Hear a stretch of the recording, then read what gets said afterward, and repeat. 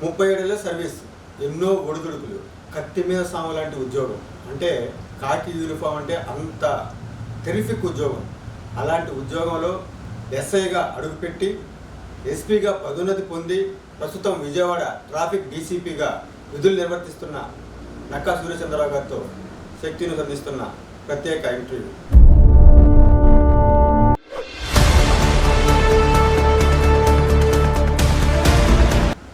ఎస్ఐగా join అవ్వడానికి కొన్ని ప్రత్యేక కారణాలు ఉన్నాయి. నేను స్టేట్ ర్యాంకు సాధించి government comprehensive college of education రాజమండ్రిలో శిక్షణ పూర్తి చేసుకున్న తర్వాత నాకు వెంటనే ఈ అపాయింట్మెంట్ ఆర్డర్ వచ్చింది.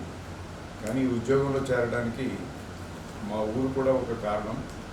ఎందుకంటే మా ఊరిలో ఎప్పుడు కూడా కొంచెం ఘర్షణ వాతావరణం ఉండేది.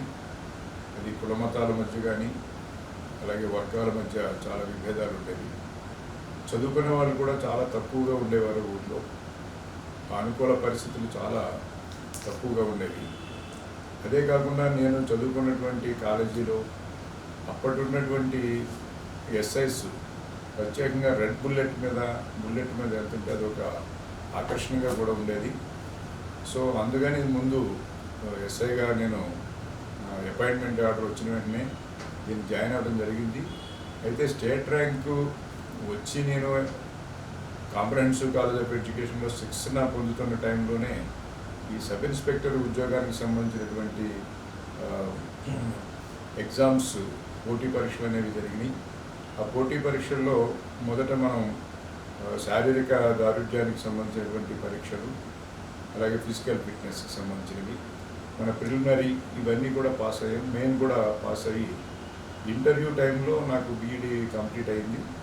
ఇంటర్వ్యూ అయిన వెంటనే నాకు జాబ్ రావడం వల్ల ఎస్ఐ ఉద్యోగానికి నేను జాయిన్ అయ్యాను. అయితే మా ఊరి పరిస్థితులు కానీ అప్పుడున్నటువంటి ఎస్ఐస్కి విలేజెస్లో, గ్రామాల్లో, అలాగే ప్రజల్లో ఒక మంచి గౌరవం అలాగే భయం ఉండేది.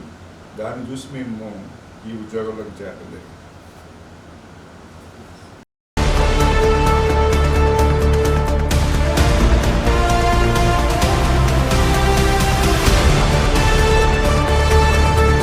యాక్చువల్గా అప్పుడున్నటువంటి పరిస్థితుల్లో ఒక ఎస్ఐ ఉద్యోగం వచ్చిందంటేనే అది చాలా ఎక్కువ న్యూస్ లాంటిది. అది చాలా అదృష్టం కూడా. దీనికి అంతటికీ నేను భావించేది అప్పటి ఉన్నటువంటి మన రాష్ట్ర ముఖ్యమంత్రి గారు గౌరవనీయులు కీర్తిశేషులు నందమూరి తారక రామారావు గారు ముఖ్యమంత్రిగా ఉండేవారు. అదే టైంలో రొద్దం ప్రభాకర్ రావు గారు స్టేట్ లెవెల్ రిక్రూట్మెంట్ బోర్డు చైర్మన్గా ఉండేవారు. ఆయన సమక్షంలో ఆయన సమర్థత, నిజాయితీ వలన మాకు ఎస్ఐ ఉద్యోగం వచ్చిందని మేమందరం 89 బ్యాచ్ అంతా కూడా అభిప్రాయపడుతుంటాం. నిజంగా రొద్దం ప్రభాకర్ రావు గారికి మేము రుణపడి ఉంటాం. 89 బ్యాచ్ అంతా కూడా ఆయన జరిపినటువంటి ఈ టెస్టుల ద్వారానే మాకు ఈ ఉద్యోగం సంభవించింది. అలాగే మేము ఎన్టీ రామారావు గారిని కూడా చాలా గౌరవిస్తాం. అప్పుడు ఆయన ముఖ్యమంత్రి గారు. సాధారణ గ్రామాల్లో ఏ విధమైనటువంటి పలుకుబడి లేకపోతే ఇలాంటి ఉద్యోగాలు రావు అనేటువంటి అభిప్రాయం ఉన్న రోజుల్లో ఒక పల్లెటూరులో ఒక వెనుకబడిన ప్రాంతం నుంచి ఒక పేద వర్గానికి చెందినటువంటి నాకు ఉద్యోగం రావడం చాలా గర్వించదగింది. అలాగే ఈ టెస్టులు జరిగినప్పుడు కూడా నేను స్టేట్ ర్యాంకు బీఈడీ ఎంట్రన్స్లో సాధించడం చాలా బాగా ఉపయోగపడింది. విపరీతమైనటువంటి కాంపిటేటివ్ స్పిరిట్ మాలో ఉండింది. అప్పుడు నేను ఎగ్జామ్ రాసిన తర్వాత, మెయిన్ ఎగ్జామ్ రాసిన తర్వాత చాలా బాగా రాశాను. టాప్ 10లో ఉంటానని నేను అనుకున్నాను. అలాగే నాకు ఇంటర్వ్యూ అయిన తర్వాత ఆ సెలక్షన్ లిస్ట్లో నాకు ఏలూరు రేంజ్లో 22 ర్యాంక్ రావడం జరిగింది. అప్పుడు ఆ రోజు పరిస్థితి యాక్చువల్గా మాకు డిసెంబరు 25వ తారీఖుని ఈ ఎగ్జామ్స్ రిజల్ట్స్ అనేవి ఏలూరు రేంజ్లో నోటీస్ బోర్డులో అతికించారు. ఆ 25వ తారీఖుని అతికించిన తర్వాత మాకు తెలిసింది, అంటే అప్పుడు ఈ టెక్నాలజీ లేకపోవడం వల్ల మనకి కమ్యూనికేషన్ వ్యవస్థ చాలా తక్కువగా ఉండేది. నోటీస్ బోర్డులో 25వ తారీఖు పెడతారు అనేది మాకు తెలిసి 25వ తారీఖు రాత్రి అక్కడే ఉన్నాం. 26వ తారీఖు ఎర్లీ అవర్స్లో బయలుదేరి మేము ఏలూరు రేంజ్లో మా సెలక్షన్ కోసం తెలుసుకోవడం కోసం, సెలెక్ట్ అయ్యామో లేదో తెలుసుకోవడం కోసం ఏలూరు రావడం జరిగింది. అయితే మాకు అదే రోజు రాత్రి అప్పటి వంగవీటి మోహన్ రంగారావు గారు హత్య గురించి మాకు తెలియదు. యాక్చువల్గా పల్లెటూరులో ఉన్నాం కాబట్టి మేము తెలియక వచ్చాము. ఏలూరుకి బయలుదేరినప్పుడు మధ్యలో ఇలా వంగవీటి మోహన్ రంగారావుని హత్య చేశారు. దాని గురించి విపరీతమైనటువంటి అల్లర్లు గొడవలు జరుగుతున్నాయి. మేము అదే గొడవల్లో ఏలూరు రేంజ్కి వచ్చి నోటీస్ బోర్డులో చూసుకోవడం జరిగింది. అదొక థ్రిల్లింగ్ లాంటిది. అదే రోజు విపరీతమైనటువంటి రాష్ట్రం అంతా కూడా శాంతి భద్రతల విషయంలో అట్టుడికిపోతున్నటువంటి టైంలో 89 బ్యాచ్ అందరూ కూడా అదే రోజు ఈ వార్త తెలుసుకోవడం జరిగింది.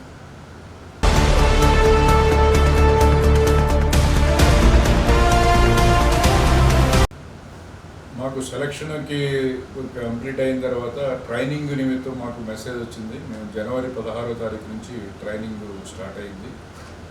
హైదరాబాద్ అంబర్పేటలో మన ఏలూరు రేంజ్ అలాగే వైజాగ్ రేంజ్కి సంబంధించిన వాళ్ళందరికీ కూడా హైదరాబాద్ అంబర్పేట పోలీసు శిక్షణా కేంద్రంలో జనవరి 16, 1989వ సంవత్సరం నుంచి మాకు ట్రైనింగ్ స్టార్ట్ అయింది. మేము అపాయింట్మెంట్ ఆర్డర్ ఇక్కడ ఏలూరులో తీసుకుని ఆ ట్రైనింగ్కి హాజరైన తర్వాత 9 నెలల పాటు శిక్షణ.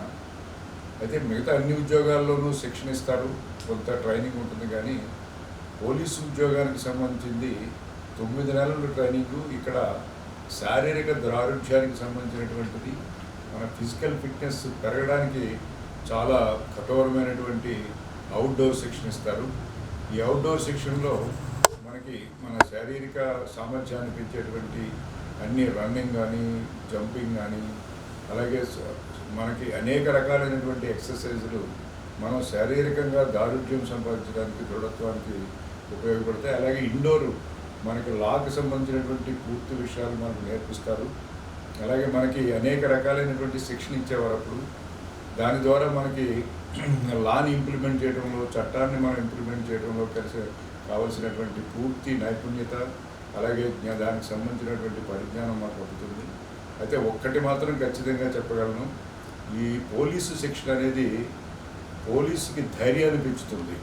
అంటే ఒక సాధారణంగా పిరికివాడు కూడా ఒక ధైర్యవంతుడిగా మారేటువంటి అవకాశం ఉన్నటువంటి శిక్షణ పోలీసు శిక్షణ. అంటే పోలీసు శిక్షణ అయిన తర్వాత మన యొక్క వ్యక్తిత్వంలో కానీ, మన యాటిట్యూడ్లో కానీ, మన పర్సనాలిటీలో కానీ చాలా తేడా కనిపిస్తుంది. కనిపించిన తర్వాత మీరు అడిగినట్టుగా ఫస్ట్ పోస్టింగ్ మనం విజయవాడలో మేమైతే 15 మంది అలాట్ అయ్యాం విజయవాడకి. 15 మంది కూడా విజయవాడ కమిషనరేట్లో గవర్నర్ అరవిందరావు గారు అప్పుడు ఉన్నటువంటి కమిషనర్ గారి దగ్గర మేము సెప్టెంబరు 23వ తారీఖుని 1989వ సంవత్సరంలో ఆయన ముందు రిపోర్ట్ చేయడం జరిగింది విజయవాడలో. నాతో పాటు కేవీ రామారావు, వి గోపాలకృష్ణ గారు, అలాగే శోభామంజరి, విమల కుమారి, జేఎస్ఆర్ స్వామి, ఇంకో కెఎస్ సూర్యచంద్రరావు, గౌస్ పాషా, పల్లపరాజు, ఇలా 15 మంది మేము అక్కడ అలాట్ అయ్యి కృష్ణ చైతన్య శిక్షణ 6 మంత్స్ పాటు మేము ప్రాక్టికల్ ట్రైనింగ్ తీసుకోవడం జరిగింది. ఆ 6 మంత్స్ ప్రాక్టికల్ ట్రైనింగ్ తర్వాత ఫస్ట్ పోస్టింగ్ నాకు అప్పట్లో పెనమలూరు పోలీస్ స్టేషన్కి మేము నియమింపబడ్డాం. ఆ పెనమలూరు పోలీస్ స్టేషన్లో నేను పనిచేసినటువంటి ఏదైతే 14 నెలల కాలం పాటు నేను పెనమలూరులో ఎస్ఐగా పనిచేయడం జరిగింది. 1989 నుంచి 1990 శిక్షణ అయిన తర్వాత 6 మంత్స్ శిక్షణ అయిన తర్వాత 1990 పూర్తికాలం అక్కడ చేశాం. అలాగే 91 ఏప్రిల్ వరకు కూడా అక్కడ పనిచేయడం జరిగింది. సో ఆ టైంలో ఎస్ఐగా మేము ఫస్ట్ పోస్టింగ్లో అప్పుడు ఎలా ఉండేదంటే మన రాష్ట్రంలో 3 రకాలైనటువంటి సమస్యలు ఉండేవి, ప్రధాన సమస్యలు. ఒకటి నేను ఎప్పుడు చెప్తూ ఉంటాను, మన రాష్ట్రంలో 3 ప్రధాన శాంతి భద్రత సమస్యల్లో ఒకటి నక్సలైట్ సమస్య. అప్పట్లో 10 జిల్లాలో నక్సలిజం అనేది చాలా తీవ్రంగా ఉండేది. మా 89 బ్యాచ్ డైరెక్ట్ ఎస్ఎస్ సుమారు 462 మంది ఈ రాష్ట్రానికి మేము శిక్షణ పూర్తి చేసుకుని రావడం జరిగింది. ఆ నక్సలిజం సమస్యలో నా సోదరులు, మాతో పాటు ట్రైనింగ్ అయిన వాళ్ళు చాలామంది ఆ పోరాటంలో చనిపోవడం కూడా జరిగింది. అలాగే మనకి రాయలసీమకి వచ్చేటప్పటికి అక్కడ ఫ్రాక్షనిజం బాగా ఎక్కువగా ఉంటుంది. ఆ ఫ్రాక్షనిజం కంట్రోల్ చేయడంలో కూడా 89 బ్యాచెస్ చాలా కృషి చేశారు. అలాగే మన కోస్టల్కి వచ్చేటప్పటికి ఉత్తర కోస్తా కానీ మధ్య కోస్తా కానీ ఇక్కడ కోస్టల్ జిల్లాల్లో ఎక్కువగా కుల వివక్షత బాగా ఎక్కువగా ఉండేది, క్యాస్టిజం బాగా ఎక్కువగా ఉంటుంది. సో క్యాస్టిజం ద్వారా అలాగే వర్గ పోరాటాల ద్వారా చాలా సమస్యలు మనం ఫేస్ చేయడం జరిగింది. దాన్ని చాలా ధైర్యంగా కూడా మేము ఎదుర్కొని ఈ 3 సమస్యలు కూడా ఈరోజు మన రాష్ట్రంలో ఈ ప్రధానమైనటువంటి 3 సమస్యలు కూడా పూర్తిగా అంతరించిపోయినాయని చెప్పుకోవచ్చు.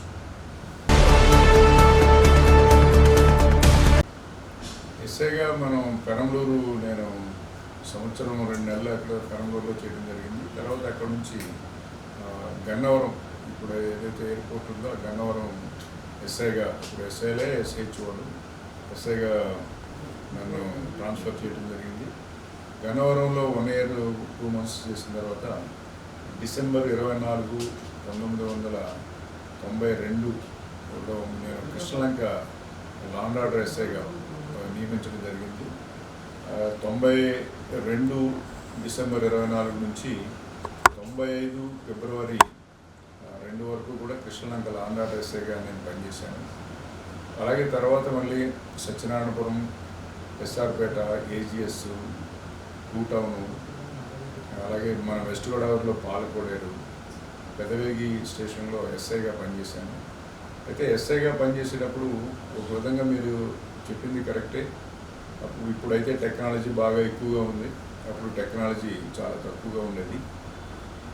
ఆదికాలం నుంచి మనం ఆర్టిఫిషియల్ ఇంటెలిజెన్స్లోకి అడుగు పెట్టాం. అయితే అప్పుడు మేము ఉన్నటువంటి పరిస్థితుల్లో మనకి పోలీస్ మాన్యువల్లో చాలా చక్కగా, ఇప్పుడు టెక్నాలజీ తోటి మనం ఏదైతే దాన్ని ఈజీగా తెలుసుకోగలుగుతున్నామో దాన్ని అప్పుడు మాన్యువల్గా కూడా మనం తెలుసుకునేవాళ్ళం. మాకున్నటువంటి పోలీసు మేము మాన్యువల్ ప్రకారంగా, అలాగే ఒక నేరాల్ని ఎలా నియంత్రించాలి, అలాగే నేరస్తుని ఎలా పట్టుకోవాలి అనే దాని మీద సరే చాలా పూర్తి అనుభవం ఉన్నటువంటి వ్యక్తులు కానీ, అప్పుడు ఉన్నటువంటి టెక్నాలజీ లేకపోయినప్పటికీ కూడా చాలా కొన్ని శిక్షణ వల్ల మేము సాధించినటువంటి సందర్భాలు ఉన్నాయి. దాంట్లో ముఖ్యంగా మనకి అమావాస్యకి 5 రోజుల ముందు, అమావాస్యకి 5 రోజుల తర్వాత అని ఒక క్యాలెండర్ పోలీసులో ఉంటుంది. అంటే అమావాస్య చీకటిగా ఉంటుంది కాబట్టి ఈ కొంతమంది ఎవరైతే ట్రెడిషనల్ అఫెండర్స్ ఉండేవారు, స్టోవర్పురం నుంచి కానీ, అలాగే మన ఓజుకుప్పం నుంచి కానీ, అలాంటి కొంతమంది నేరస్తుల ముఠాలు ఈ అమావాస్యకి ముందు 5 రోజులు, అమావాస్యకి తర్వాత 5 రోజులు చీకటి రోజుల్లో చేస్తారనే దాని మీద రాత్రిపూట గస్తీ బాగా పెంచేవాళ్ళం. అలాగే మనకి ఎవరైనా ఒక అఫెన్స్, ఒక ఇంటి దొంగతనం జరిగిందంటే దానికి మోడస్ ఆపరండి ఎలాగా, తాళం పగలగొట్టుకుని వచ్చాడా, తాళం తీసి వచ్చాడా, పైనుంచి వచ్చాడా, కిటికీలో నుంచి వచ్చాడా, లేకపోతే హోల్ పెట్టుకుని లోపలికి వచ్చాడా, ఆ చేసేటువంటి నేరం చేసేటువంటి విధానాన్ని బట్టి అది ఏ టైపు ముఠా, ఏ ముఠా దీన్ని చేసింది, ఎలా చేసింది అనేది మేము తెలుసుకోగలిగేవాళ్ళం. అప్పుడు ఉన్నటువంటి పరిస్థితుల్ని క్షుణ్ణంగా అధ్యయనం చేసిన దానికట. అప్పట్లో మనకి ఫింగర్ ప్రింటింగ్ కూడా మాన్యువల్గా ఉండేది. ఒక ఫింగర్ ప్రింట్ తీయడానికి చాలా టైం పట్టేది. దాన్ని కంపారిజన్ చేయడానికి కనీసం ఒక 1000-2000 నేరస్తులతో కంపారిజన్ చేయడానికి కూడా రోజుల తరబడి పట్టేది. ఒక కేసు కూడా మనకి ఫింగర్ ప్రింటింగ్ ద్వారా డిటెక్ట్ అవ్వడం అనేది చాలా అసాధ్యమైనటువంటి పని కింద ఉండేది. సో రేపు ఈరోజు ఆర్టిఫిషియల్ ఇంటెలిజెన్స్ వచ్చిన తర్వాత టెక్నాలజీలో బాగా మార్పు వచ్చింది. అలాగే సైబర్ క్రైమ్ కూడా బాగా పెరిగింది. ఈ నేరస్తులు, పోలీసులు ఏ విధంగా అయితే మనకి టెక్నాలజీని ఉపయోగించి నేరస్తుని పట్టుకున్నారు, నేరస్తులు కూడా అదే టెక్నాలజీని ఇంకా బాగా ఉపయోగించుకుని వాళ్ళు నేరాలు చేసి తప్పించుకోవడానికి ప్రయత్నం చేస్తున్నారు. అప్పుడున్నటువంటి పరిస్థితులు, అప్పుడున్నటువంటి జనాభా, కుటుంబ వ్యవస్థ, అలాగే వివాహ వ్యవస్థ చాలా పటిష్టంగా ఉండేవి. ఈ టైప్ ఆఫ్ మనకి నేరాలు కానీ అలాగే క్రైమ్ కానీ ఉండేది కాదు. అప్పుడున్నటువంటి పరిస్థితులకి ఇప్పుడున్నటువంటి పరిస్థితులకి అయితే చాలా తేడా ఉంది.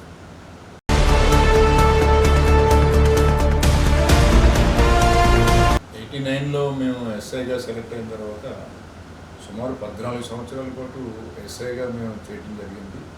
ఇందాక చెప్పిన స్టేషన్స్ అన్నీ కూడా మేము ఎస్ఐగా పనిచేసాం. లాస్ట్కి 2003లో పెదవేగి ఎస్ఐగా వెస్ట్ గోదావరిలో పనిచేస్తున్నప్పుడు నాకు 2003లో ప్రమోషన్ రావడం జరిగింది. 2003లో సిఏగా నేను ప్రమోషన్ తీసుకున్న తర్వాత గుడివాడ రోడ్లు, అలాగే తుని సర్కిల్, అప్పుడు పెద్ద పెద్ద సర్కిల్స్ ఉండేవి, అలాగే తాడేపల్లిగూడెం సర్కిల్, అవనిగడ్డ 2007 నుంచి 9 ఎలక్షన్స్ అయ్యే వరకు అవనిగడ్డలో చేసి, అలాగే అవనిగడ్డ నుంచి మళ్ళీ ఏలూరు టౌన్ ఒకటే స్టేషన్ ఉండేది, సర్కిల్ ఉండేది, ఏలూరు సర్కిల్కి, ఏలూరు టౌన్ సర్కిల్కి రావడం జరిగింది. మళ్ళీ ఏలూరు సర్కిల్ నుంచి ఇక్కడ ఎలక్షన్కి ముందు ఎక్కువ కాలం ఇక్కడ ఉన్నాం కాబట్టి 4 years ఎలక్షన్ రూల్స్ ప్రకారంగా ట్రాన్స్ఫర్ చేసి మళ్ళీ అవనిగడ్డ సర్కిల్ ఇన్స్పెక్టర్గా వెళ్ళడం జరిగింది. అవనిగడ్డ సర్కిల్ ఇన్స్పెక్టర్గా ఉండగా నాకు డిఎస్పీ ప్రమోషన్ వచ్చింది. అయితే ఎస్ఐగా చాలా ఛాలెంజింగ్ కేసెస్ ఉంటాయి మనకి. ఎస్ఐగా ఇన్వెస్టిగేషన్ చేసే కేసెస్ చాలానే ఉంటాయి, ఎక్కువ ఉంటాయి. మెజారిటీ ఆఫ్ ది కేసెస్ ఎస్ఐనే ఇన్వెస్టిగేషన్ చేస్తారు. అలాగే సిఏగా ఇన్వెస్టిగేషన్ చేసేది ఏదైతే గ్రేవ్ కేసెస్ ఉంటాయో, మర్డర్ కేసులు కానీ, డెకాటీ కేసులు కానీ, అలాగే చాలా పెద్ద యాక్షన్స్ కానీ అన్నీ కూడా సిఏ దర్యాప్తులో ఉంటాయి. ఎస్ఐగా అయితే చాలా ఛాలెంజింగ్ కేసెస్ ఆ రోజుల్లో చేయడం జరిగింది. మేము అలాగే గ్రేవ్ కేసెస్లో, పెద్ద పెద్ద కేసుల్లో కూడా మేము అసిస్టెంట్స్గా ఉండి ఆ కేసు పరిశోధనలో చాలా కీలక భాగస్వామ్యం పొందుతూ ఉంటాం. చాలా నెంబర్ ఆఫ్ కేసెస్ ఉన్నాయి మనకి.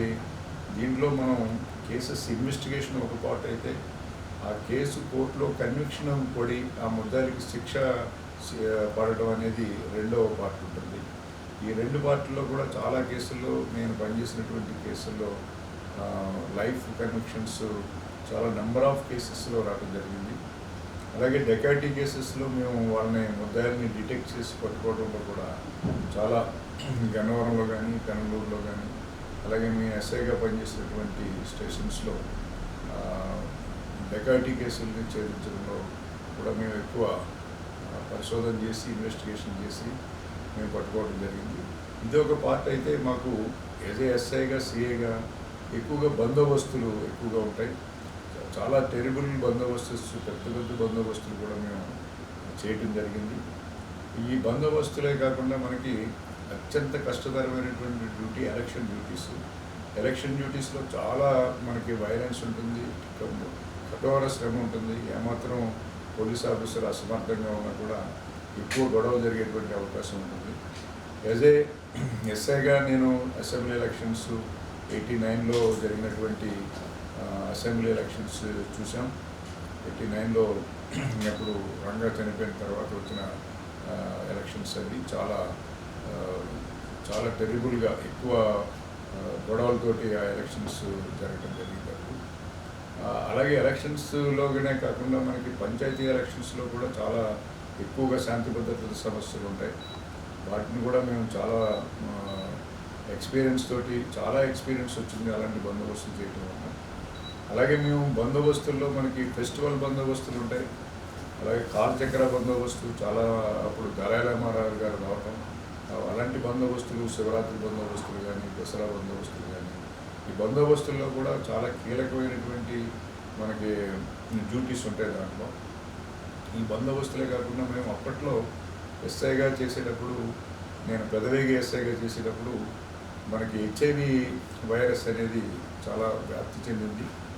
ఆ హెచ్ఐవి వైరస్ టైంలో నేను ఒక 2 కేసులు చూడటం జరిగింది. ఒక అతనికి ఒక హెచ్ఐవి వైరస్ సోకిందని తెలిసిన వెంటనే అతను చాలా ఆందోళన చెంది 3 ఆడపిల్లలు అతనికి. అయినా ఆడపిల్లలు మళ్ళీ ఇది ఎక్కడ నేను హెచ్ఐవి వచ్చిందంటే నాకు ఎక్కడ పరువు భంగం, ఈ ఆడపిల్లలకి ఎక్కడ ఇది మచ్చ వస్తుందో అనే టైప్తో అతను ఆత్మహత్య చేసుకోవడం జరిగింది. అలాగే ఒక లారీ డ్రైవరు అతను కలకత్తా డ్రైవింగ్ వెళ్ళి వచ్చిన తర్వాత ఆ కూచిపూడి గ్రామంలో కొంతమందికి, చాలామందికి హెచ్ఐవి వైరస్ రావడం జరిగింది. అతని ద్వారా సోకింది ఎక్కువ మందికి. సో ఇవి చూసిన తర్వాత పాపం ఈ అమాయకమైనటువంటి ప్రజలు ఇలాంటి ప్రమాదకరమైనటువంటి వైరస్ల వలన సోకి ప్రాణాలు పోగొట్టుకున్నారనే దాని మీద ఒక ప్రత్యేక అవేర్నెస్ ప్రోగ్రాం దానికి అప్పుడు ఎస్ఐ స్థాయిలోనే మేము చాలా బాగా చేయడం జరిగింది. అన్ని స్కూల్స్లో, అన్ని ఎక్కడైతే ఈ టార్గెటెడ్ గ్రూప్స్ ఉంటారో, మనకి లారీ డ్రైవర్స్ కానీ, ఆటో డ్రైవర్స్ కానీ, ఎవరైతే రాత్రిపూట ఇళ్ళ దగ్గర కాకుండా బయట డ్యూటీ చేస్తారో వాళ్ళ ద్వారా ఎక్కువగా ఇది హెచ్ఐవి వైరస్ వ్యాప్తి చెందుతుందనే దృక్పథంతో అప్పుడున్నటువంటి రాష్ట్ర ప్రభుత్వం కూడా చాలా దీనికి ప్రోత్సహించడం, పర్టికులర్గా మిగతా ఎన్జిఓస్తో పాటుగా మిగతా డిపార్ట్మెంట్స్తో పాటుగా పోలీస్ కూడా చాలా గట్టిగా మాకు ఇది ఒక విధంగా మేము ఉపాధ్యాయ శిక్షణ తీసుకోవడం ఇది బాగా ఉపయోగపడింది అని అనుకుంటాం. హెచ్ఐవి వైరస్లో చాలా మేము మా వంతు రోల్ మేము పోషించడం జరిగింది. అలాగే నేను పెనంలూరు ఎస్ఐగా చేస్తున్నప్పుడు ఇక్కడ సిద్ధార్థ ఇంజనీరింగ్ కాలేజ్ అని ఒక ఇంజనీరింగ్ కాలేజీ ఉండేది. దాంట్లో ఫస్ట్ అసలు ర్యాగింగ్ అంటే ఏంటి, ర్యాగింగ్ ఎలా ఉంటుంది అనేది ఆ కాలేజీలో సిద్ధార్థ ఇంజనీరింగ్ కాలేజీలో ఒక విద్యార్థి ఎదుర్కొన్నటువంటి ర్యాగింగ్ని అతను ఒక లెటర్ పూర్వకంగా రాయటం జరిగింది. ఆ రోజుల్లో అతను జంగారెడ్డిగూడెం నుంచి ఇంటర్మీడియట్ పూర్తయిన తర్వాత సిద్ధార్థ ఇంజనీరింగ్ కాలేజీలో ఫస్ట్ ఇయర్ జాయిన్ అయిన తర్వాత అక్కడ ఉన్నటువంటి కుల వివక్షత కానివ్వండి, లేకపోతే జూనియర్ విద్యార్థి అనే కానివ్వండి, విపరీతమైనటువంటి ర్యాగింగ్కి గురి కావడం జరిగింది. అతను ఒక 3 పేజీలు లెటర్ రాశాడు ఎలాంటి పరిస్థితులను అతను ఎదుర్కొన్నాడు అనేది. ఆ తర్వాత ఆ ఇన్సిడెంట్ 91లో జరిగింది. తర్వాత మనకి 5 సంవత్సరాల తర్వాత ర్యాగింగ్ యాక్ట్ వచ్చింది. అసలు యాక్చువల్గా ర్యాగింగ్ అనే దానికి నిర్వచనం ఆ లెటరే మనకి ఒక విధంగా అయితే అలాంటి సమస్యలు ఉన్నాయని చెప్పి ఈ ర్యాగింగ్ యాక్ట్ రాకముందే ఈ ర్యాగింగ్ గురించి మేము చాలా కాలేజెస్లో దీని గురించి అవేర్నెస్ చేయడం జరిగింది. అలాగే ర్యాగింగ్ యాక్ట్ వచ్చిన తర్వాత అప్పటికే మనకి తీవ్ర స్థాయికి చేరుకోవటం, ఈ ర్యాగింగ్ గురించి పూర్తి అవగాహన కల్పించే విధంగా ముందుగానే యాక్ట్ రావడానికి ముందుగానే మేము మేల్కోవడం జరిగింది. సో ఇలాంటి అవగాహన కార్యక్రమాల వల్ల కూడా మాకు పూర్తి సాటిస్ఫాక్షన్ సమాజంలో జరుగుతున్నటువంటి ఇలాంటి రుగ్మతల్ని మనం నిర్మూలించడానికి చాలా బాగా మా సర్వీస్ ఉపయోగపడింది. అప్పుడున్నటువంటి పరిస్థితుల్లో మేము మంచి రోల్ని సాధించామనే సంతృప్తి కూడా మాకు మిగిలింది. అవనిగడ్డ సిఏగా నేను 2007లో అక్కడ జాయిన్ అయినప్పుడు, తర్వాత 2009లో మనకి ఈ మధ్యకాలంలో ఒక భయంకరమైనటువంటి వరద రావడం జరిగింది కృష్ణానదికి. సుమారు 104 సంవత్సరాల ముందు అలాంటి వరదనే అవనిగడ్డలో కృష్ణానదిలో రావడం జరిగింది. తర్వాత 2009లో వచ్చింది. అప్పుడు మనకి ముఖ్యమంత్రి గారు రోషయ్య గారు ఉన్నారు. సో చాలా ఎక్కువ సంఖ్యలో మనకి వరద నీరు రావడం, అంతకుముందు ఎప్పుడూ లేని విధంగా రావడం వలన చాలా చోట్ల కట్టలు వీక్గా ఉండటం, 2-3 చోట్ల కట్టలు మనకి బ్రేక్ అవ్వటం, కృష్ణానది కట్టలు మొత్తం ఆల్మోస్ట్ ఆల్ కోడూరు, నాగాయలంక, అవనిగడ్డ మండలాల్లో పూర్తిగా జలమయమైపోయింది. అలాగే లంక గ్రామాలు అయితే చాలా భయంకరమైనటువంటి పరిస్థితులు ఎదుర్కోవడం జరిగింది. ఆ వరద మేము 86లో మేము డిగ్రీ కంప్లీట్ అయినప్పుడు ఈస్ట్ గోదావరిలో మా ఏరియాలో కోనసీమ ఏరియాలో అలాంటి వరదని మేము అంతకుముందు 100 సంవత్సరాల కిందట ఎంత వరద వచ్చిందో అంత వరద మాకు 86 ఆగస్టు 14వ తారీఖున రావడం జరిగింది. సో అప్పుడు ఉన్నటువంటి మాకు ఆ వరద, ఆ పరిస్థితులు, అవగాహన బాగా ఉండటం వలన, అలాగే అవనిగడ్డలో అది నాకు బాగా ఉపయోగపడింది అనొచ్చు. ఎస్డిఆర్ఎఫ్ కానీ, ఎన్డీఆర్ఎఫ్ కానీ, అలాగే బయట ఫోర్సెస్ కానీ సుమారు 1000 మందికి పైగానే ఫోర్సెస్ అక్కడికి రావడం, రెస్క్యూ ఆపరేషన్ చేయడం, అలాగే స్పీడ్ బోట్లు మనం నావికా బోట్లు తెప్పించడం, వాళ్ళందరినీ రెస్క్యూ చేయటం.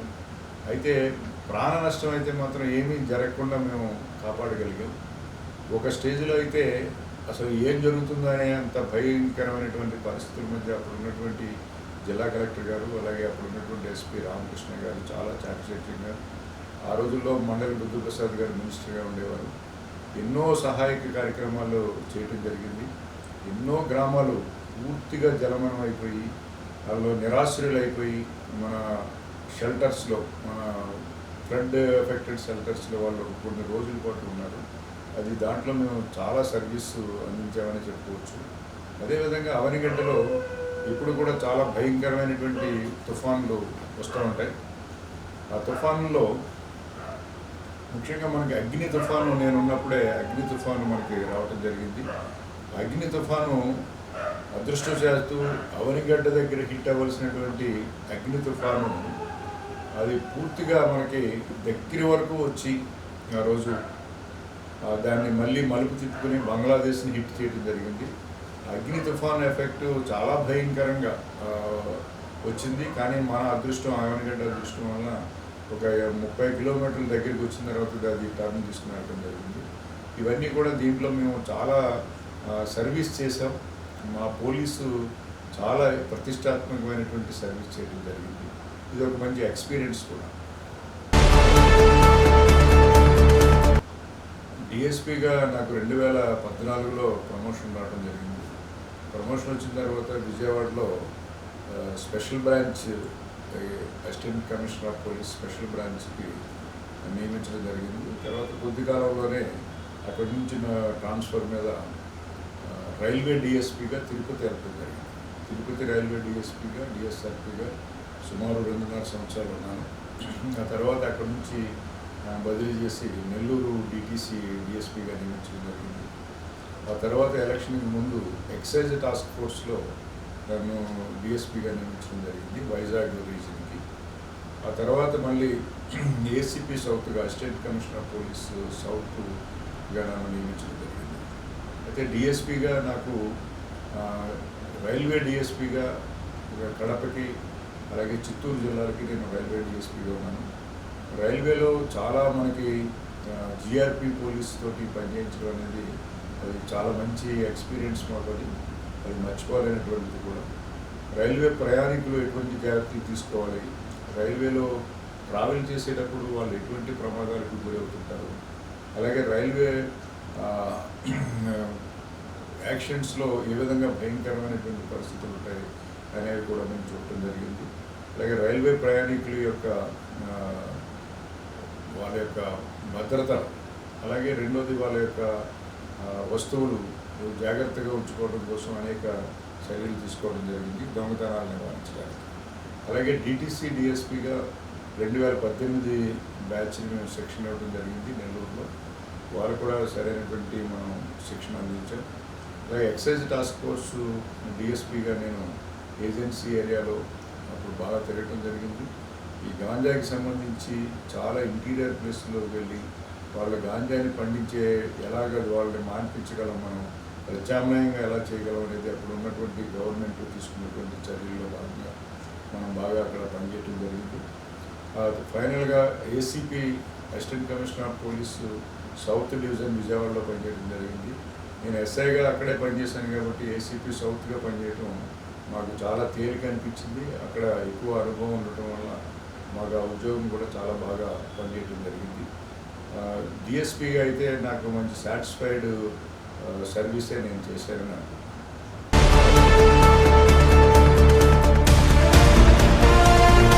Vijayawada ACP assistant commissioner of police south డివిజన్లో పనిచేస్తుండగా నాకు అడిషనల్ ఎస్పీగా ప్రమోషన్ రావడం జరిగింది.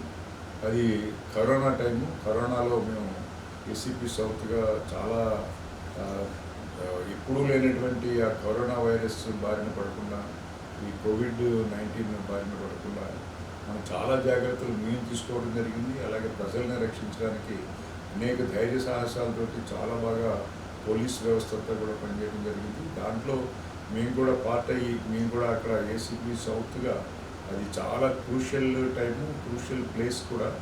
ఎందుకంటే అక్కడే మాకు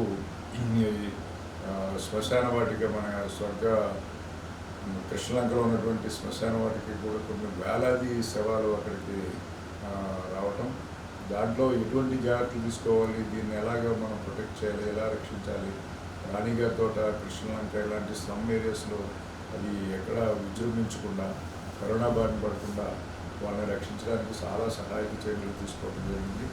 అప్పట్లో ఉన్నటువంటి గవర్నమెంటే కాకుండా మన బయట వాళ్ళు కూడా చాలామంది మేము చేసినటువంటి సేవలకి పోలీస్కి చాలా సన్మానాలు అలాగే గౌరవం కూడా లభించింది. అక్కడ ఉండగానే నాకు అడిషనల్ ఎస్పీగా ప్రమోషన్ రావడం, విజయనగరం ఓఎస్డీగా పార్వతీపురం ఓఎస్డీగా నన్ను బదిలీ చేయడం జరిగింది. ఆ పార్వతీపురం ఓఎస్డీగా ఉండగా కూడా విజయనగరంలో సెకండ్ ఫేజ్ రావడం జరిగింది. కరోనాలో రెండో టైము. దాంట్లో కూడా చాలామంది ప్రాణాలు కోల్పోవడం జరిగింది. దాంట్లో మన పోలీస్ పరంగా యాజ్ ఏ అడిషనల్ ఎస్పీగా ఈవెన్ గిరిజన గ్రామాల్లో కూడా ఈ వ్యాధి సోకకుండా వాళ్ళు ఎటువంటి జాగ్రత్తలు తీసుకోవాలి, గిరిజనులకి ఎవ్వరికీ కూడా ఈ వ్యాధి సోకకుండా మేము పార్వతీపురం ఓఎస్డీగా చాలా పటిష్టమైనటువంటి చర్యలు తీసుకోవడం జరిగింది. అప్పట్లో మనకి రాజకుమారి ఐపీఎస్ మేడం గారు అక్కడ ఎస్పీగా ఉండటం, ఆమె ఇచ్చినటువంటి ప్రోద్బలం, అలాగే ఆమె ఇచ్చినటువంటి మనకి సపోర్ట్ వల్ల చాలా చక్కగా పనిచేయడం జరిగింది. పర్టికులర్గా ఓఎస్డీ విజయనగరం, ఓఎస్డీ పార్వతీపురంగా నాకు సంతృప్తినిచ్చింది. ఈ కరోనా కోవిడ్ వైరస్ సెకండ్ ఫేజ్లో మేము అందించినటువంటి సేవలు, అలాగే యాజ్ ఏ ఓఎస్డీగా విజయనగరం అలాగే ఒరిస్సా బార్డర్లో ఉన్నటువంటి చాలా ఇంటీరియర్ విలేజెస్లో గిరిజన గ్రామాల్లో మేము సందర్శించడం, ఆ గిరిజన సంక్షేమం కోసం వాళ్ళకి రోడ్డు సౌకర్యం కల్పించడమే కాదు, వారికి కనీస వసతులు ఏ విధంగా అందించాలి, వాళ్ళలో ఎటువంటి చైతన్యం కల్పించాలనే దాని మీద నా పోలీసు సిబ్బంది అంతా కూడా, ఏఎన్ఎస్ పార్టీ అంతా కూడా ప్రతిరోజు ఆ విలేజెస్ని విజిట్ చేయటం, వాళ్ళతోటి మమేకం అవ్వడం, ఎన్నో కార్యక్రమాలు మేము చేయడం జరిగింది. ఇదంతా కూడా మాకు అప్పుడు ఉన్నటువంటి ఎస్పీ రాజకుమారి ఐపీఎస్ మేడం గారు, అలాగే దీపికా పటేల్ ఐపీఎస్ మేడం గారు కూడా చాలా చక్కటి ప్రోత్సాహం ఇవ్వడం, వాళ్ళే స్వయంగా ఇంటీరియర్ గిరిజన గ్రామాల్లోకి వచ్చి గిరిజనులతోటి మమేకం అయ్యి అనేక అవగాహన కార్యక్రమాలు, సంక్షేమ కార్యక్రమాలు చేయడం జరిగింది. అలాగే విజయనగరం ఓఎస్డీ తర్వాత నాకు స్పెషల్ ఎన్ఫోర్స్మెంట్ బ్యూరోలో జాయింట్ డైరెక్టర్గా ప్రకాశం జిల్లాలో నియమించడం జరిగింది. అక్కడ కూడా ఎవరైతే ఈ సారాకి బానిసలైపోయి ఉంటారో, అలాగే సారాన్ని తయారు చేసేవాళ్ళు, దీని గురించి మనం ప్రత్యేకమైనటువంటి కార్యక్రమాన్ని తీసుకొని ఈ అక్రమ మద్యాన్ని అరికట్టడంలో కానీ, అలాగే అక్రమంగా సారా కాసి వాళ్ళ ప్రజల యొక్క ఆరోగ్యాల్ని, వాళ్ళ యొక్క ఇదిని పాడు చేస్తున్నారో వాళ్ళందరినీ కూడా ప్రత్యేకమైనటువంటి చర్యల ద్వారా వాళ్ళందరినీ నిరోధించడం జరిగింది. అలాగే చాలామందిని మనం మళ్ళీ రిహాబిలిటేషన్ కల్పించడం జరిగింది.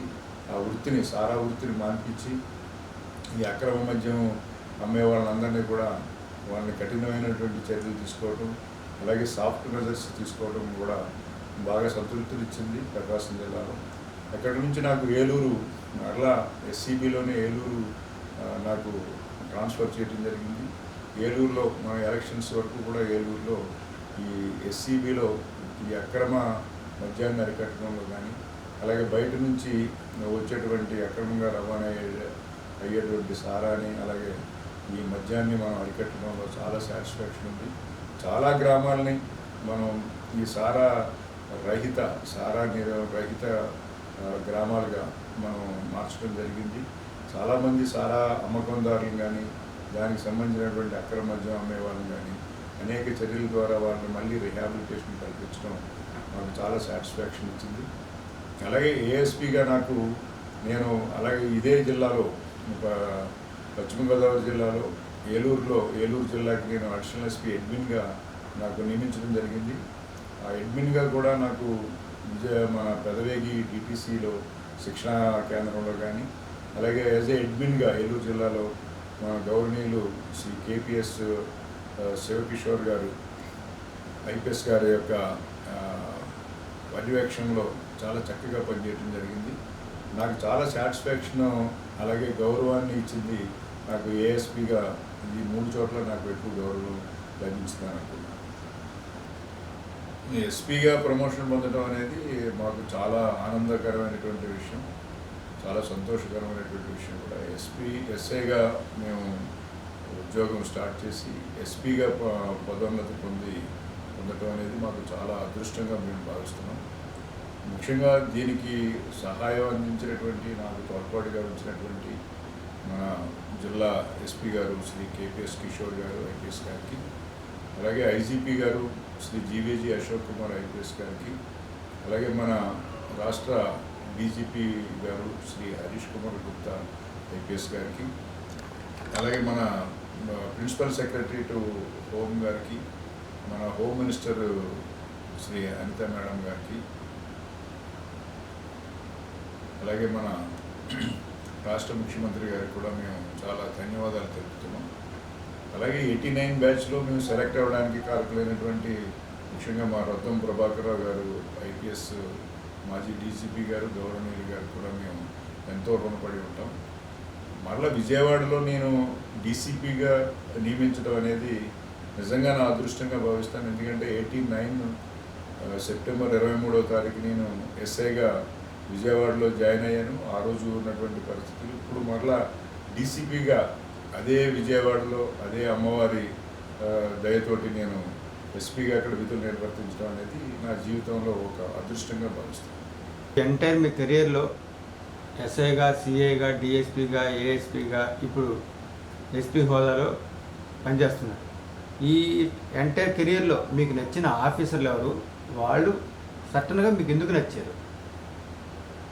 ముఖ్యంగా నాకు నా సర్వీస్ 37 సంవత్సరాలు 4 నెలల 14 రోజుల సర్వీస్లో ఎంతోమంది అధికారులు సహాయ సహకారాలు అందించారు. అలాగే వాళ్ళ యొక్క నిజాయితీతోటి మమ్మల్ని సూపర్వైజ్ చేయడంలో మేము చాలా సంతోషం వ్యక్తం చేసాం. ముఖ్యంగా మేము మర్చిపోలేనటువంటి అధికారుల్లో 89 బ్యాచ్కి అసలు ఎస్ఐగా సెలెక్ట్ అవ్వడానికి కారణమైనటువంటి శ్రీ రొద్దం ప్రభాకర్ రావు గారు, ఐపీఎస్ గారు. ఆయన మా జీవితంలో మర్చిపోలేము. అలాగే మా ఫస్ట్ పోస్టింగ్ అరవిందరావు గారు కూడా ఒక నిజాయితీ కలిగిన సమర్థుడైనటువంటి అధికారి విజయవాడ సిటీలో. మేము ఎస్ఐగా ఆయన దగ్గర శిక్షణ పొందటమే కాదు, అలాగే ఆయన ఫస్ట్ పోస్టింగ్ కూడా అరవిందరావు గారి దగ్గరే మేము చేయటం జరిగింది. ఆయన చాలా గొప్ప వ్యక్తి. ఈరోజు ఆధ్యాత్మికంగా కూడా ఆయన రాష్ట్రంలో ఎంతో పేరు ప్రఖ్యాతులు గావిస్తున్నారు. ఆయనకి నిజంగా నా ధన్యవాదములు. తర్వాత ఆర్పి సింగ్ గారని మనకి విజయవాడ కమిషనర్గా వచ్చారు. ఆయన కూడా చాలా నీతి నిజాయితీ పరుడు, అలాగే సమర్థుడైనటువంటి అధికారి. ఎంతో కఠినమైనటువంటి శాంతి భద్రతల విషయంలో కూడా ఆయన చాలా చాకచక్యంగా వ్యవహరించి మమ్మల్ని అందరినీ కూడా సమర్థమైనటువంటి అధికారులుగా తీర్చిదిద్దడంలో ఆర్పి సింగ్ గారు చాలా గొప్పవారు. అలాగే ఆ తర్వాత మనకి డిటి నాయక్ గారు కూడా విజయవాడ సిటీలో మంచి సేవలు అందించారు. అలాగే నారాయణరావు దేశ్ముఖ్ గారు కూడా మంచి గ్రూప్ 1 ఆఫీసర్ అయినప్పటికీ కూడా ఆయన నిజాయితీగా ధైర్యంగా సమర్థంగా ఆయన విధులు నిర్వర్తించడం జరిగింది. వాళ్ళ దగ్గర మేము పనిచేయడం అంటే ఒక అదృష్టంగా భావిస్తాం. అలాగే విజయవాడ కమిషనర్గా మేము పనిచేసిన దాంట్లో మన ద్వారకా తిరుమలరావు గారు, ఆయన చాలా మానవతా విలువలు కలిగినటువంటి నిలువెత్తు నిజాయితీకి నిదర్శనమైన, అలాగే సమర్థుడైనటువంటి అధికారి. ఆయన దగ్గర పనిచేయడానికి కూడా మేము చాలా సంతోషించాం. అలాగే మనకి రాష్ట్ర డీజీపీలో జేవి రాముడు గారు చాలా నిజాయితీపరుడు, ఆయన సమర్థమైనటువంటి అధికారి. ఆయన దగ్గర మేము డీజీపీగా మేము డిఎస్పీలుగా పనిచేయడానికి చాలా సంతోషించాం. మేము డీజీపీగా మన రాష్ట్రంలో మన దినేష్ రెడ్డి గారు కానీ, అలాగే రాజేంద్రనాథ్ రెడ్డి గారు కానీ మనకి అమూల్యమైనటువంటి సేవలు అందించారు. వాళ్ళందరి దగ్గర మేము పనిచేయడం అనేది చాలా అదృష్టంగా భావించాము. అలాగే ఐజీపీలో మన ఏలూరు డిఐజీ ఐజీపీగా పనిచేస్తున్నటువంటి మన జీబీజీ అశోక్ కుమార్ ఐపీఎస్ గారు, ఆయన కూడా నిజాయితీకి నిలువుటెత్తు నిదర్శనం. ఆయన చాలా సమర్థుడైనటువంటి అధికారి. ఆయన దగ్గర పనిచేయడానికి మేము చాలా చాలా గౌరవంగా అలాగే ఆనందంగా కూడా ఫీల్ అయ్యాం. అలాగే మనకి ఇంకొక ఏలూరు జిల్లా ఎస్పీగా పనిచేసినటువంటి రమేష్ రెడ్డి గారు ఐపీఎస్ గారు, ఆయన ఇప్పుడు ప్రజెంటు ఐజీపీగా సైబరాబాద్ సిటీ కమిషనర్గా పనిచేస్తున్నారు. ఆయన దగ్గర కూడా మేము వెస్ట్ గోదావరిలో ఆయన ఎస్పీగా పనిచేసేటప్పుడు ఎస్ఐలుగా పనిచేస్తాం. చాలా నిజాయితీపరుడు, అలాగే సమర్థుడైనటువంటి అధికారి అయినా. అలాగే నేను పనిచేసినటువంటి అధికారుల్లో రాజకుమారి ఐపీఎస్ మేడం గారు, ఆయనది విజయనగరంలో పనిచేసినప్పుడు మేడం గారి దగ్గర మేము పనిచేయడం జరిగింది. అప్పుడు కూడా చాలా నిజాయితీ, అలాగే సమర్థుడైనటువంటి ఒక ధైర్యవంతమైనటువంటి అధికారిని ఆవిడ. ఆ తర్వాత మేము పనిచేసినటువంటి దీపికా పటేల్ మేడం గారు ఐపీఎస్ గారు, ఆమె కూడా చాలా మంచి మానవతా విలువలు కలిగినటువంటి గౌరవప్రదమైనటువంటి నిజాయితీ పరురాలైనటువంటి అధికారిని. ఆవిడ దగ్గర పనిచేయడానికి మాకైతే చాలా ఆనందం అనిపించింది. అలాగే విక్రాంత్ పాటిల్ గారు విజయవాడ నేను సౌత్ ఏసీపీగా పనిచేస్తున్నప్పుడు ఆయన డీసీపీగా పనిచేశారు. చాలా హైలీ నాలెడ్జబుల్ అయిన, అలాగే చాలా నిజాయితీపరుడు, సమర్థుడైనటువంటి అధికారి. ఆయన దగ్గర పనిచేయడానికి కూడా మాకు చాలా సంతోషం వేసింది. అలాగే మేము ప్రకాశం జిల్లా అడిషనల్ ఎస్పీ ఎస్సీబీగా పనిచేసినప్పుడు అక్కడ మల్లికా గార్గ్ ఐపీఎస్ మేడం గారు కూడా వర్క్లో ఇంకా ఆవిడకి మించిన వాళ్ళు లేరని చెప్పాలి. అంత సమర్థుడైనటువంటి అధికారిని ఆవిడ. అలాగే నిజాయితీ పరురాలు, సమర్థుడైనటువంటి చాలా ధైర్య సాహసాలు కలిగినటువంటి ఆఫీసరు. ఆ ఆ విధంగా చూస్తే మనకి ఏలూరులో మన మేరీ ప్రశాంత్ మేడం గారు చాలా హానెస్ట్, ఆవిడ చాలా సమర్థుడే. ఎలక్షన్స్ 2024 అసెంబ్లీ ఎలక్షన్స్ మన ఏలూరులో అంత ప్రశాంతంగా జరగడానికి కారణం మన మేరీ ప్రశాంత్ మేడం గారు చాలా చక్కగా పనిచేశారు. అలాగే ఇప్పుడు ప్రజెంట్ మన Shri IPS KPS Kishore IPS గారు, ఆయన తక్కువ సర్వీస్ అయినప్పటికీ కూడా విపరీతమైనటువంటి నాలెడ్జ్ ఉంది ఆయనకి. అలాగే టెక్నాలజీని ఉపయోగించడంలో ఇంకా మన రాష్ట్రంలోనే టాప్ 5లోనే ఆయన ఉంటారు.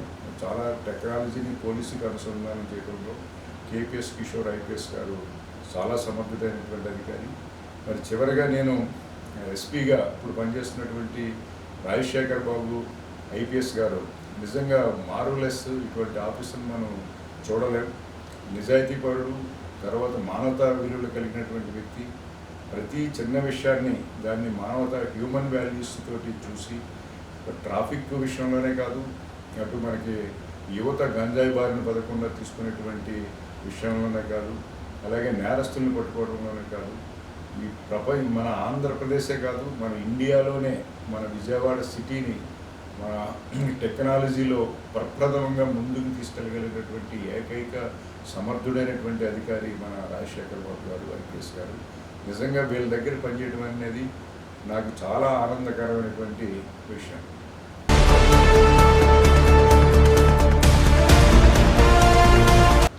నేను 1964 ఏప్రిల్ 15వ తారీఖుని ఇప్పటి కోనసీమ జిల్లా పీగన్నవరం మండలం బోడపట్టివారిపాలెం గ్రామంలో ఒక కుగ్రామం ఇది. ఒక మారుమూల ప్రాంతం. ఆ రోజుల్లో మా తండ్రి గారు నక్కా శేషగిరిరావు గారు ఆజానుబాహుడు, చాలా అందంగా ఉండేవారు ఆయన. అలాగే మా తల్లి సూర్యకాంతం. వీళ్ళిద్దరికీ నేను 4వ సంతానంగా జన్మించడం జరిగింది. మా పెద్దక్క సత్యవతి, అలాగే 2వ అక్క అనసూయ, 3వ చెల్లి అచ్చిమాంబ, 4వ చెల్లి వెంకటలక్ష్మి, అలాగే మా అన్నయ్య శివనాగరామారావు, నా పేరు సూర్యచంద్రరావు, మా తమ్ముడు రామలింగేశ్వర స్వామి. ఈ సంతానం నేను 4వ సంతానంగా జన్మించడం జరిగింది. అయితే ఇది చాలా పల్లెటూరు కావడం, 1వ తరగతి నుంచి 5వ తరగతి వరకు ఎలిమెంటరీ స్కూలు మా ఇంటి ఎదురుగుండానే ఉండటం, చాలా గ్రామీణ వాతావరణం, కనీస సౌకర్యాలు కూడా లేనటువంటి ఒక గ్రామంలో ఆల్మోస్ట్ కరెంటు ఉండేది కాదు. రాత్రిపూట చాలా చీకటిగా ఉండేది పల్లెటూరు.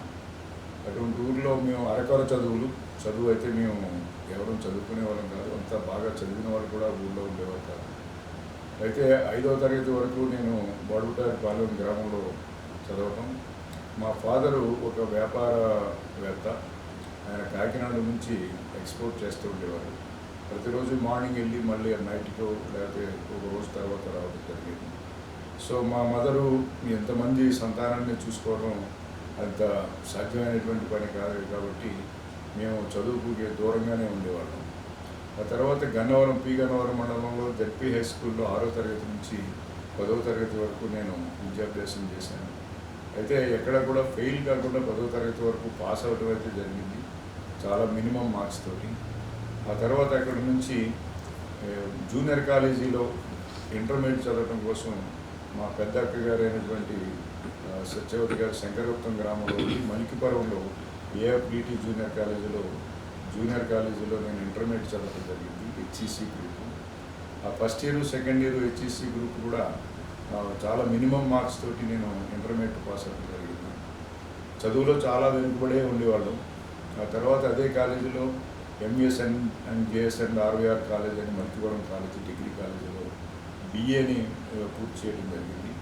1985-86లో బిఏ పూర్తయిన తర్వాత మాకు 86లో చాలా విపరీతంగా ఫ్లడ్స్ రావడం, ఆ ఫ్లడ్స్లో ఊళ్ళే కొట్టుకుపోవడం, అతను బతకడమే చాలా కష్టమైనటువంటి పరిస్థితుల్లో అప్పుడు ఉండగా, ఆ తర్వాత నేను ఏదైనా ఒక గవర్నమెంట్ ఉద్యోగం రావాలి అనే ఒక లక్ష్యంతో నేను ఆ రోజు బీఈడీ చేస్తే నాకు గవర్నమెంట్ ఉద్యోగం వస్తుందనే ఏకైక ఉద్దేశంతో దాన్ని ఒక లక్ష్యంగా పెట్టుకుని దానికి బాగా ప్రిపేర్ అయ్యి స్టేట్ ర్యాంక్ సాధించడం జరిగింది. సో అదృష్టం కొద్దీ దాంట్లో ఉండగానే బీఈడీ ట్రైనింగ్ పూర్తి అయిన వెంటనే నాకు సబ్ ఇన్స్పెక్టర్ ఉద్యోగం రావడం జరిగింది. సబ్ ఇన్స్పెక్టర్గా నా పూర్తి సర్వీస్ని చాలా సమర్థవంతంగా, సంతోషంగా, ఆనందంగా నిర్వహించడం జరిగింది. మా విద్యాభ్యాసం చేసేటప్పుడు అది చాలా పల్లెటూరు కావడం వల్ల కరెంటే లేదు. 86 వరకు 86 వరకు మా ఊరికి కరెంటే ఉండేది కాదు. ఎలక్ట్రిసిటీ అనేది ఆల్మోస్ట్ నేను ఇంటర్మీడియట్ డిగ్రీలోకి వచ్చేటప్పటికి ఎలక్ట్రిసిటీ లైట్ల కింద చదవడం జరిగింది. అంతకుముందు అంతా కూడా మన కిరోసిన్ వుడ్ దీపాలే అంతా కూడా సైకిల్ మీద వెళ్ళేవాళ్ళు. అయితే అప్పట్లోనే మన ఒక రాజకీయ పార్టీ తెలుగుదేశం పార్టీని స్థాపించడం, ఒక రాజకీయ చైతన్యం రావడం, యూత్లో కూడా ఒక ఉత్సాహం రావడం, ఈ చదువుకి చాలామంది అది కూడా ఒక బ్రేక్ పడింది కొంతమందికి అయితే కనీస సౌకర్యాలు లేనటువంటి పరిస్థితుల్లో కానీ పట్టుదలగా మాత్రం క్రమశిక్షణతో మాత్రం చదవటం వలన మాకు ఫర్దర్గా జాబ్ రావడానికి చాలా ఉపయోగపడింది. సార్, మీరు పోలీసు ఎస్ఐగా అయిన తర్వాత పోస్టింగ్ తీసుకున్న తర్వాత మీరు మ్యారేజ్ చేసుకున్నారు. ఆ విశేషాలు కూడా మాకు కొంచెం చెప్పండి సార్. మ్యారేజ్ అనేది నేను పెనంలూరు ఎస్ఐగా ఉన్నప్పుడు నేను మ్యారేజ్ చేసుకోవడం జరిగింది. మా మిస్సెస్ సూర్యభవాని, వాళ్ళు పోలిశెట్టి స్వామినాయుడు, పోలిశెట్టి వీరరాఘవమ్మ గారి కుమార్తె, అవి పెద్ద కుమార్తె. అమలాపురం టౌన్లోనే మున్సిపాలిటీలోనే నల్ల చెన్నమల్లేశ్వర స్వామి గుడి పక్కనే వీళ్ళకి ఒక ఇల్లు. వీళ్ళకి అమలాపురంలో చాలా ఆస్తులు ఉన్నాయి. సో మ్యారేజ్ నేను అదొక మంచి సంఘటననే చెప్పుకోవాలి. కరెక్ట్గా మే 16వ తారీఖు రాత్రి 1991 సంవత్సరంలో నాకు మ్యారేజ్ జరిగింది. ఆ మ్యారేజ్కి అప్పుడే ఎలక్షన్స్ జరుగుతున్నాయి, మీకు లీవ్ ఇవ్వడం కుదరదని చెప్పి అక్కడ ఉన్నటువంటి ఆర్టీసీ కమిషనర్ గారు చాలా గట్టిగా చెప్పారు. సో మ్యారేజ్ అప్పటికే 4 నెలల కిందటే నాకు మ్యారేజ్ ఫిక్స్ అయింది కాబట్టి ఆ ముహూర్తం మేము క్యాన్సిల్ చేసుకోవడానికి పెద్దలు ఒప్పుకోలేదు. సో కమిషనర్ గారి అనుమతి లేకుండానే నేను మ్యారేజ్కి వెళ్ళడం, మ్యారేజ్ చేసుకోవడం జరిగింది.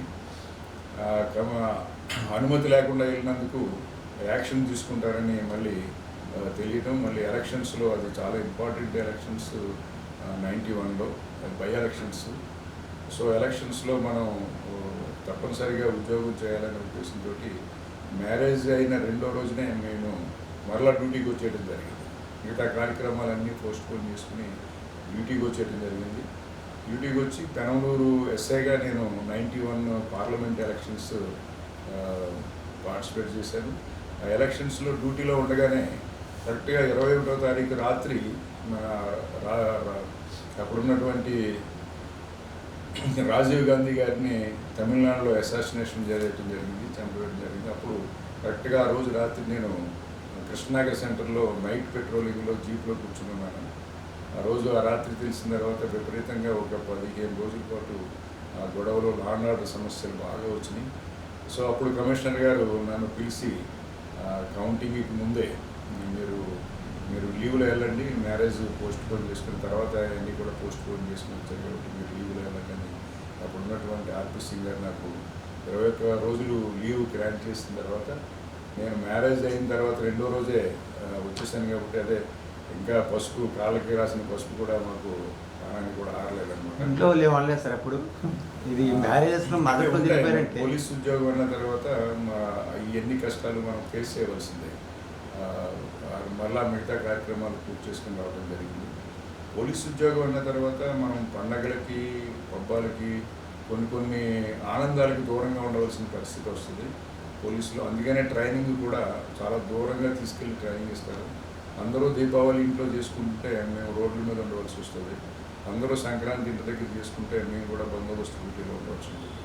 సో ఫెస్టివల్స్, పండుగలు అనేవి నాకు నా సర్వీస్లో 37 సంవత్సరాల సర్వీస్లో దీపావళి రోజున నేను ఇంటి దగ్గర ఉన్నాయి కేవలం మొన్న ఒక కార్యక్రమంలో కూడా చెప్పడం జరిగింది, 7 కానీ 8 కానీ ఉంటాయి. మిగతా అన్ని సంవత్సరాలు కూడా దీపావళికి మేము రోడ్ల మీద ఎక్కడో బందోబస్తులో, కనీసం ఊళ్ళో ఉండి కూడా ఇంటికి రాలేటువంటి పరిస్థితుల్లో బందోబస్తులో ఉండటం జరుగుతుంది. సో ఇలాంటివన్నీ ఫేస్ చేయవలసిందే. పోలీసు ఉద్యోగం ఉన్న తర్వాత ఇవన్నీ కూడా మనం ఎదుర్కోవాల్సినటువంటి. నాకు 3 పిల్లలు. పెద్ద అమ్మాయి యోగితా భవ్య 93లో నేను విజయవాడ కృష్ణలంక ఎస్ఐగా ఉండగా మా పెద్ద అమ్మాయి జన్మించడం జరిగింది, యోగితా భవ్య. అలాగే 2వ అమ్మాయి మాకు 94లో 2వ అమ్మాయి రఘుమ, ఆవిడ జన్మించడం జరిగింది. ఆ ఇష్యూ కూడా నేను కృష్ణలంక ఎస్ఐగా ఉంది. కానీ అలాగే నాకు అబ్బాయి మూడో సంతానంగా ఈశ్వర్ నాయుడు అబ్బాయి, మా అబ్బాయి పేరు. నేను 2 టౌన్ ఎస్ఐగా ఉండగా మా అబ్బాయి పుట్టడం జరిగింది. అయితే మా అబ్బాయి పుట్టిన ఆ టైంలోనే చాలా లా అండ్ ఆర్డర్ ప్రాబ్లం ఉంది. కనీసం ఆయన పుట్టిన తర్వాత 15 రోజుల వరకు కూడా చూడటానికి వెళ్ళడం వీలు పడలేదు నాకు. సో 3 పిల్లల్లోనూ 2 మా అమ్మాయిలు 2 కూడా ఎట్కిన్సన్, విజయవాడ ఎట్కిన్సన్ స్కూల్లో 5th క్లాస్ వరకు చదవడం జరిగింది. అలాగే ఆ తర్వాత గుడివాడ విశ్వభారతిలోను నేను ట్రాన్స్ఫర్ అయిన చోటుకల్లా మా పెద్ద అమ్మాయి కూడా రావడం జరిగింది. ఫైనల్గా మా పెద్ద అమ్మాయి ఏలూరు సిఆర్రెడ్డి ఇంజనీరింగ్ కాలేజీలో బీటెక్ చేసి ఆస్ట్రేలియాలో ఎంఎస్ చేసి అక్కడే స్థిరపడింది. ఆ అమ్మాయికి వివాహం చేయడం జరిగింది. మా అల్లుడు గారు లోహిత్, ఈయన కూడా సాఫ్ట్వేర్ ఇంజనీర్, ఆస్ట్రేలియా సిటిజన్షిప్ కూడా పొందడం జరిగింది.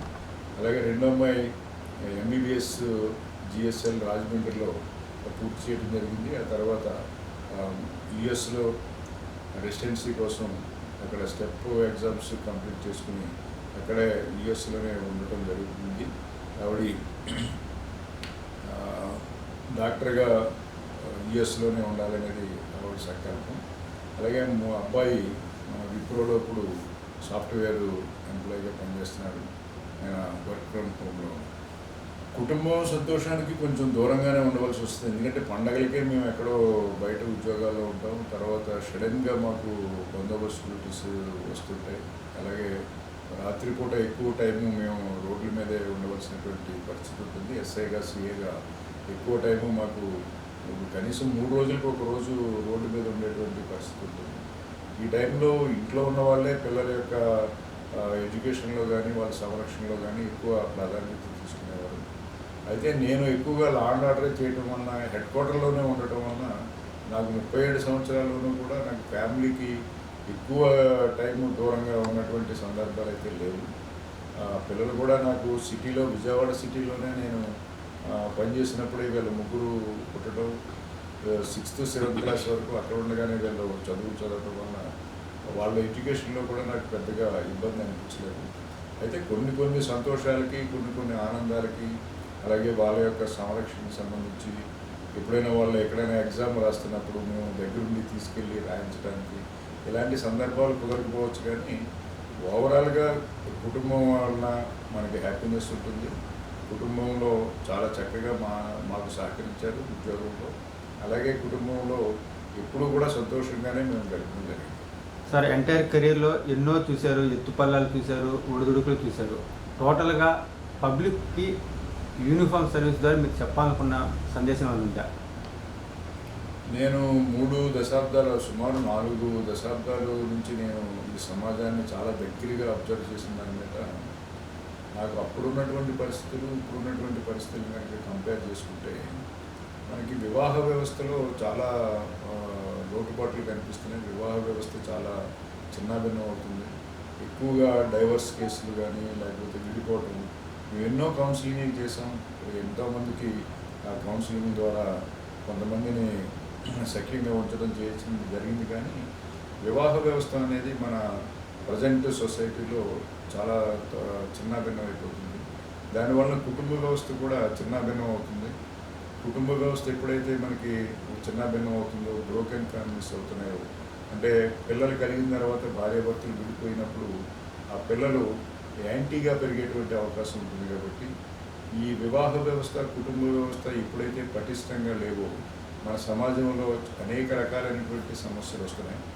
ఆ విధంగా యువత చాలా ఎక్కువ మంది ఈ రోజున మనకి మత్తు పదార్థాలకు అలవాటు పడటం కానీ, అలాగే వేరే అసాంఘిక కార్యకలాపాలకి వెళ్ళడం కానీ, ఒక డిసిప్లైను, నమ్మకం అనేది కొరబడుతుంది. సో దీన్ని దృష్టిలో పెట్టుకొని ఎట్టి పరిస్థితుల్లోనూ మనకి వివాహ వ్యవస్థ, కుటుంబ వ్యవస్థ అనేది చాలా పటిష్టంగా ఉండవలసినటువంటి అవసరం ఉంది. చాలా ఓర్పు ఉండాలి. విడిపోవడానికి ఎక్కువ కారణాలు చూపిస్తారు కానీ కలిసి ఉండడానికి కారణాలు చూపించట్లేదు. చాలా కష్టాలు ఉంటాయి. 3 పిల్లలు కాపురం చేసేటప్పుడు చాలా ప్రాబ్లమ్స్ ఫేస్ చేయవలసి ఉంటుంది. కానీ అవన్నీ కూడా ఆనందంగా మనం భరించినప్పుడే మనకు ఆ కుటుంబం నిలబడుతుంది. అలాగే పిల్లలు కూడా సక్రమంగా పెరుగుతారు. ఈ చిన్న చిన్న కారణాలకే చాలామంది విడిపోతున్నారు. ఇది చాలా హర్షించదగినటువంటి విషయం కాదు.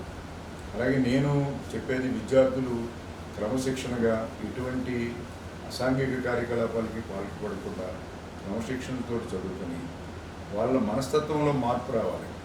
ఎప్పుడైతే వాళ్ళకి గోల్ ఒకటి లక్ష్యం ఒకటి కరెక్ట్గా ఉందో డెఫినెట్గా వాళ్ళ యొక్క కార్యక్రమాలన్నీ కూడా వాళ్ళ చదువు కానీ వాళ్ళ వ్యవహారం కానీ అంతా కూడా దానికి గోల్కి రీచ్ అయ్యే విధంగా ఉంటుంది. కాబట్టి ఒక మంచి గోల్ని ఏర్పాటు చేసుకొని ఆ గోల్ని సాధించడానికి ఆ విద్య ద్వారానే సాధ్యం. ఒక పేదవాడు పేదరికం నుంచి బయటపడాలంటే విద్య కావాలి. ఒక కూలివాడి కొడుకు ఐఏఎస్ ఆఫీసర్ అవ్వాలంటే విద్య ద్వారానే మనకి సాధ్యమవుతుంది. ఆ విద్యని సక్రమంగా నేర్చుకోవాలని యూత్కి నేను ఇచ్చేటువంటి సలహా. చాలామంది యూత్లో మనకి ఇప్పుడైతే పేదరికం అయితే లేదు, ఇప్పుడున్నది పేదరికం కాదు, ఇది మానసిక దారిద్ర్యం అని నేను చెప్తాను. మనిషి మనస్తత్వంలో కనుక మార్పు వస్తే వాడు ఉన్న స్థితి నుంచి ఉన్నత స్థితికి వెళ్తాడనేది నా భావన. ఇది 37 ఏళ్ళు కాకి దుస్తులతో తనకంటూ ఒక ప్రత్యేక గుర్తింపును సాధించుకొని ఎంతోమంది అభిమానులను సంపాదించుకున్న సూర్యచంద్రరావు గారి మనసులో మాట.